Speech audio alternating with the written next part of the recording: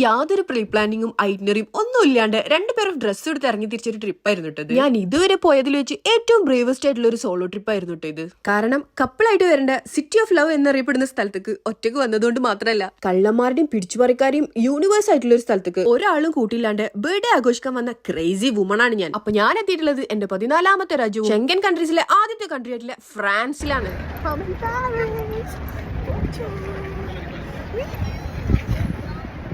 €12 വരുന്ന ഈ നാവിഗോ day pass എടുത്തിട്ടാണ് ഞാൻ അവിടെ കറങ്ങിയത്. ബോൺജോർ RATP എന്ന് പറയുന്ന ആപ്പ് ഡൗൺലോഡ് ചെയ്ത് കഴിഞ്ഞാൽ ഈസി ആയിട്ട് നിങ്ങൾക്ക് നാവിഗോ ഡേ പാസ് എടുക്കാട്ടോ. ഇത് ബസ്സിലും ട്രെയിനിലും മെട്രോയിലും ഒക്കെ യൂസ് ചെയ്യാം. നെറ്റ്ഫ്ലിക്സ് വെബ് സീരീസ് ആയിട്ടുള്ള എമിലി ഇൻ പാരീസ് കണ്ടതിനു ശേഷം ഇവിടെ വന്നിട്ട് അതിൽ കാണിച്ച സ്ഥലങ്ങളൊക്കെ കാണിക്കുമ്പോൾ ഭയങ്കര സന്തോഷം. അറിയാതെയാണെങ്കിലും ഫസ്റ്റ് ഞാൻ എത്തിയത് ഫേമസ് ആയിട്ടുള്ള ഒരു കത്തീഡ്രലിന്റെ മുന്നിലാണ്. 2018 നിന്ന് കത്തിയ നോട്രി ഡാം ഹി പാരീസ്. അപ്പൊ കത്തീഡ്രലിന്റെ കൂടെ ഒരു സെൽഫി എടുത്തതിനു ശേഷം ഐഫിൽ ടവർ ലക്ഷ്യാക്കി വീണ്ടും ഞാൻ ഇറങ്ങി. ഈ ഇരുന്ന ആപ്പിൾ നിന്ന ആളെ കണ്ടാൽ തോന്നുന്നു പേടിച്ചു വരച്ചിരിക്കുന്ന ഒരാളാണെന്ന്. കള്ളന്മാര് നമ്മളെ കണ്ടുപിടിക്കും. ഇതാണ് നമ്മളെ ആറ്റിറ്റ്യൂഡ്. ഏത് അങ്ങനെ ഈ ബോർഡ് കണ്ടപ്പോ സന്തോഷം വരാൻ തുടങ്ങി.